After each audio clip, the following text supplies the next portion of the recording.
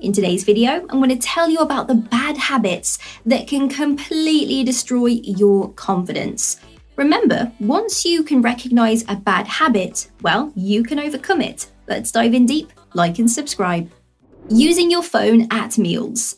This is a huge no. No, especially if you are on a date with another person.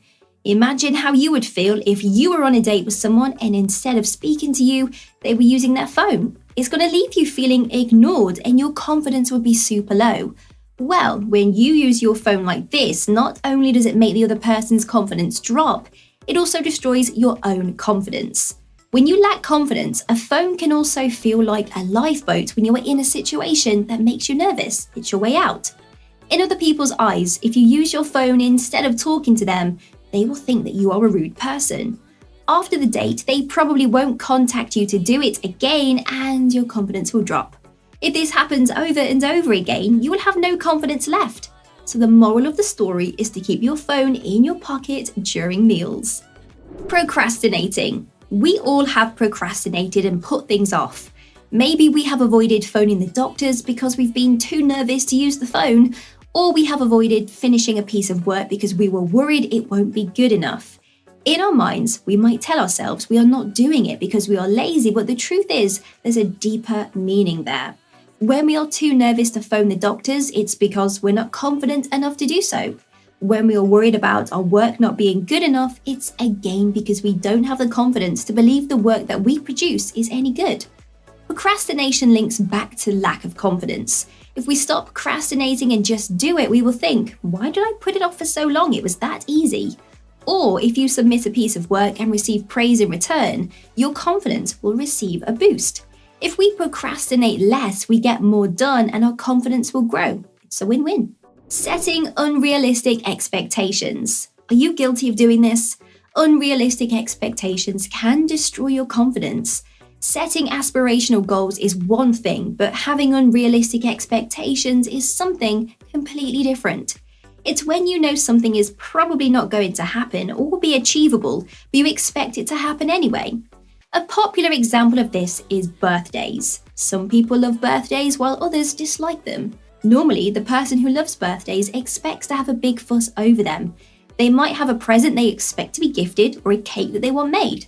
And when this doesn't happen, it leaves them really upset and it knocks their confidence. They start to believe they are not good enough or that people don't love them. They are ones, however, that set the expectation that all these things will happen, which means they own unrealistic expectations that have destroyed their confidence. You can have unrealistic expectations of both yourself and other people. And if this sounds familiar, then see what you can do to reset your expectations and start again. Saying yes to everything. This is the behavior of a people pleaser. Often people who say yes to absolutely everything lack the confidence to say no. They fear the backlash of what people will think of them. So instead of dealing with that, they say yes to things they don't even want to do. At the beginning, they might be okay, but it will eventually drain their energy and leave them burnt out, resentful, and extremely low in confidence. The more times you say no to the things that you don't want to do, the more confidence you will build. Binging social media. Social media is great for all sorts of reasons, but it's a confidence killer. Most social media users only post the great parts of their lives. It comes with a highlight reel.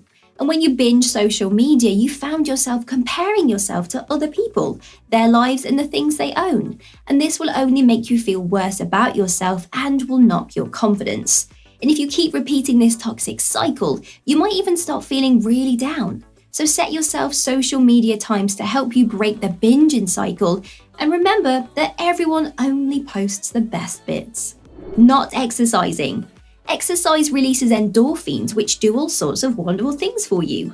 They increase your overall vibrancy, happiness levels, and excitement. And all of these things are positive and increase your confidence. When you don't exercise, not only are you missing out on endorphins, but you may be left feeling bad about your body. Perhaps you don't look like you would like to, which is very normal. You can do things to help you feel better though, and it all starts with exercising and healthy eating. Rushing things. Rushing into relationships, it never works. Rushing work that is always below par, rushing around in life and not being able to just stop and smell the roses. I get it, life is busy, but there is no need to rush. Focus on creating a life that is based on the line quality over quantity. Do less, but in a more confident way. Dwelling in the past. The past is behind us, and it's time to focus on your future. When you dwell on things that have happened in the past or the mistakes that you have made, you're setting yourself up for failure. The truth is, let's be real, you can't change these mistakes or the things that have happened. What you do have control over is your future and how amazing it's going to be, providing you stay happy in the present. Comparing yourself to others. We have all done this from time to time. In fact, I would go as far as to say that it is impossible not to compare yourself to others. It's important that you try and do it less. If you obsess about how amazing other people are compared to you, you're going to feel rubbish. Everyone has something that someone else wants. Focus on yourself instead of others. Wanting something, but not working for it.